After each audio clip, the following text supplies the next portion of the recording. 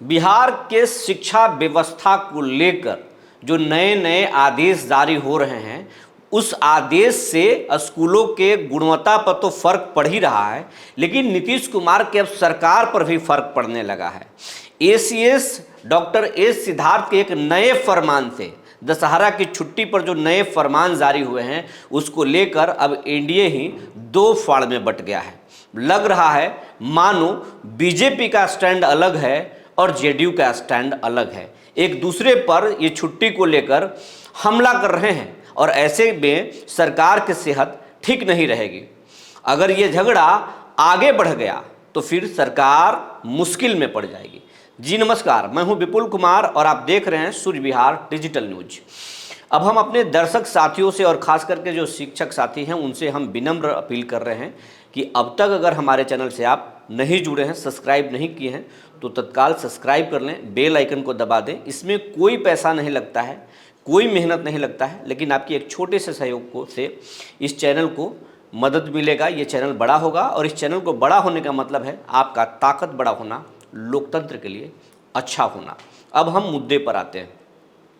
ACS doctor S Siddharth ने इस बार शिक्षकों की दशहरा की जो छुट्टी है वो 3 दिनों का कर दिया है, लेकिन इसके पहले जब भी छुट्टियां होती थी तो दशहरे में जो है वो पूरे नवरात्र छुट्टी दी जाती थी शिक्षकों को, लेकिन इस बार मात्र 3 दिनों की छुट्टी दी गई है। नवरात्र 3 अक्टूबर से शुरू हो रहा है और 12 तारीख को दशहरा का त्यौहार है, लेकिन इस बार शिक्षकों को सिर्फ 10, 11 और 12 तारीख को यानी 8वीं, 9वीं और 10वीं को छुट्टी दिया गया है और इसको लेकर के पूरा बवाल मचा हुआ है।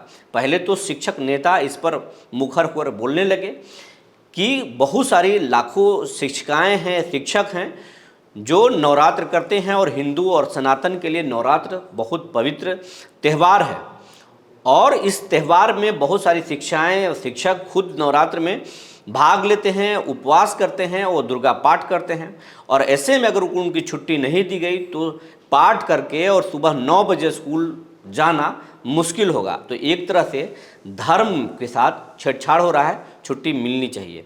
शिक्षकों की इस मांग को देखते हुए बीजेपी के नेता और केंद्रीय मंत्री जो है गिरिराज सिंह, जो फायर ब्रांड नेता भी हैं बीजेपी के, उन्होंने आड़ो हाथे सरकार को लिया और सबसे पहले एक ट्वीट किया। ट्वीट में क्या वो लिखते हैं, जरा इस ट्वीट को पढ़िए। इस ट्वीट को आप पढ़ लिए होंगे। सीधे नीतीश कुमार से ये मांग कर रहे हैं और नीतीश कुमार पर इशारे में हमला कर रहे हैं और गिरिराज सिंह सरकार से क्या बोल रहे हैं और सरकार को सीधा कैसे चैलेंज कर रहे हैं, जरा उनके इस बयान को सुन लीजिए। अक्टूबर नहीं, 3 अक्टूबर, 2 अक्टूबर को तो गांधी जी की जन्म तिथि है। 3 अक्टूबर को नवरात्र शुरू हो रहा है। शिक्षक लोग नवरात्र करते हैं, हम सब नवरात्र करते हैं, इसीलिए मैंने आग्रह भरा किया है कि इसे छुट्टी घोषित किया जाए और नहीं तो आधा टाइम किया जाए, जिससे लोग अपना पूरा पूजा पाठ कर सके। आपको धमकी दी जा रही है पाकिस्तान से? दी जा रही है तो ऐसे धमकियों से डरना क्या। आप गिरिराज सिंह के इस बयान को सुन लिए होंगे। अब जरा आप कांग्रेस के जो नेता हैं, एमएलसी हैं मदन मोहन झा, उन्होंने भी इस मुद्दे को लपका और दशहरा की छुट्टी को लेकर उन्होंने भी ट्वीट कर दिया और ट्वीट में क्या कुछ लिखते हैं, जरा इस ट्वीट को देखिए।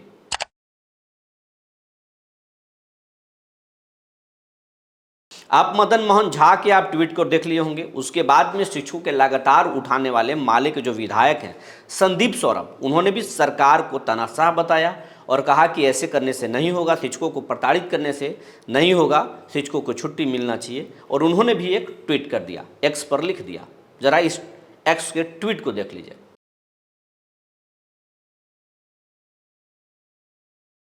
आप संदीप सौरभ को ट्वीट देख लिए। अब इसके बाद में जब मामला गर्म हुआ, पूरा गर्म हो गया ये मुद्दा और जेडीयू को जो है परेशान करने वाला ये ट्वीट नज़र आया, तो फिर जेडीयू के एक नेता हैं और उन्होंने सीधा गिरिराज सिंह पर हमला करते हुए, जिनका नाम है अरविंद निषाद जेडीयू के नेता हैं, और उन्होंने ट्वीट करते हुए कहा है कि मैं माननीय केंद्रीय मंत्री गिरिराज सिंह से इस पावन पर्व नवरात्र के अवसर पर उनसे अपने निजी कोष से पटना सहित पूरे राज्य में फलाहार व्यवस्था करने का आग्रह करता हूं, मांग करता हूं।